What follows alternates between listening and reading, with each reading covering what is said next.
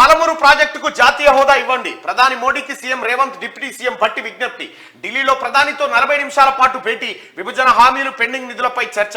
శాఖల వారీగా రిప్రజెంటేషన్లు ఇచ్చాం. రేవంత్ రెడ్డి నిధులు ఇవ్వాలని కోరామని చెప్పి భట్టి విక్రమార్క. ఇక మంగళవారం ఢిల్లీలో ప్రధాని మోడీని కలిసిన CM Revanth Reddy, deputy CM Bhatti Vikramarka అంటూ ఒక వార్తను చూస్తాను. పాలమూరు రంగారెడ్డి ప్రాజెక్టుకు జాతీయ హోదా ఇవ్వాలని ప్రధాని నరేంద్ర మోడీకి CM Revanth Reddy, deputy CM Bhatti Vikramarka విజ్ఞప్తి చేశారు. ఏపీ విభజన చట్టం ప్రకారం 2 రాష్ట్రాల్లో ఒక్కో ప్రాజెక్టుకు జాతీయ హోదా కల్పిస్తామని హామీ ఇచ్చారు.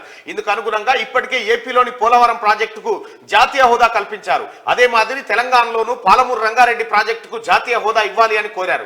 ఢిల్లీలో మంగళవారం సాయంత్రం 4:30 ప్రధాని మోడీతో రేవంత్ భట్టి భేటీ అయ్యారు. ప్రధాని నివాసంలో జరిగిన ఈ సమావేశం దాదాపు 40 నిమిషాల పాటు కొనసాగింది. ఈ సందర్భంగా రాష్ట్రానికి సంబంధించిన వివిధ అంశాలపై ప్రధానికి రిప్రజెంటేషన్లు ఇచ్చారు.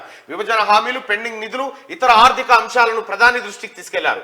కేంద్రం నుంచి రాష్ట్రానికి రావాల్సిన దాదాపు 6,283 కోట్ల నిధులను వెంటనే విడుదల చేయాలని విజ్ఞప్తి చేశారు. పెండింగ్ లో ఉన్న అన్ని అంశాలపై ప్రధాని మోడీతో చర్చించామని సీఎం రేవంత్ రెడ్డి తెలిపారు. కేంద్రం నుంచి రావాల్సిన నిధులు, అనుమతులపై శాఖల వారీగా రిప్రజెంటేషన్లు ఇచ్చామని చెప్పి ఆయన నిన్న మీడియా సమావేశంలో రేవంత్ రెడ్డి చెప్పడం జరిగింది. ఇక బావబామ్మర్దులు చెమటగక్కి సంపాదించలే. బీఆర్ఎస్ స్వేదపత్రంపై డిప్యూటీ సీఎం భట్టి ఫైర్.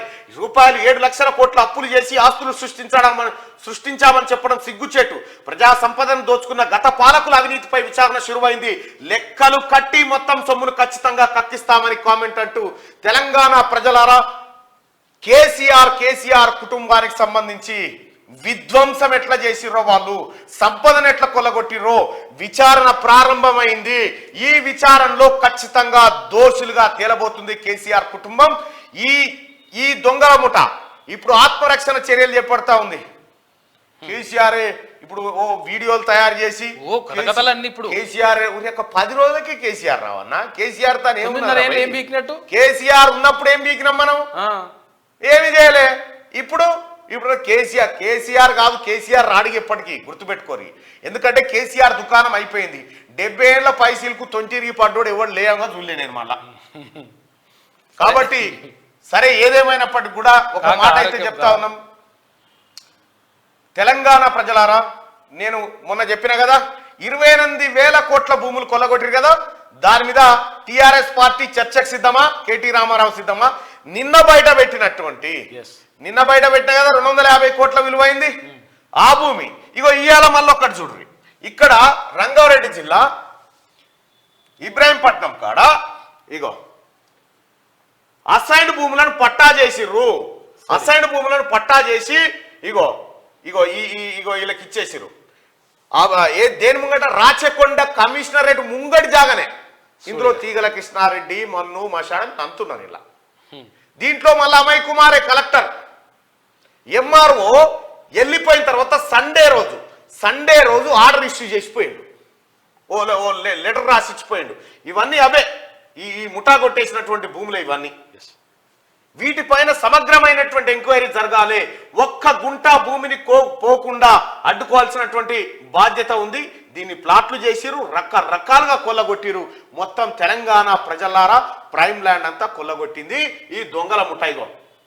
వాళ్ళు రాసిన report, complaint about the conversion of assigned land and ceiling land into patta land without any proper evidence in Dharani regarding ego to the district magistrate and collector Rangareddy district సంబంధించి పెడితే, వీళ్ళందరూ పెడితే assign land ని తర్వాత ceiling land ని తీసుకుపోయి పట్టాగా convert చేసి కొంతమంది కట్టబెట్టిరు.